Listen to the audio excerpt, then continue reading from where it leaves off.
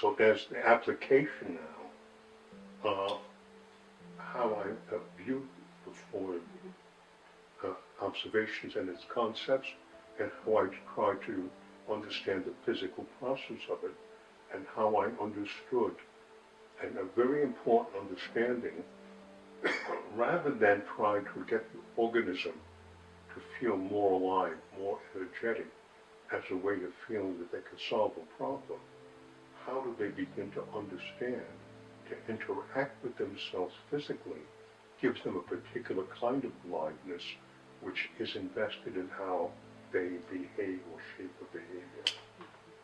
And that meant a change in methodology. And the shift in the methodology was how a client must learn to empower themselves by being able to influence how they are acting. How they are acting begins to self-governing about how shapes end and how shapes behavior. Remember, anatomical shape is behavior. Anatomical shape is behavior, and behavior is experience and knowing. So how that begins to change itself, physically, mentally, and emotionally, and how self-governing begins to guide the person to reorganize how they act. Then I realized, wow, this is not a corrective procedure.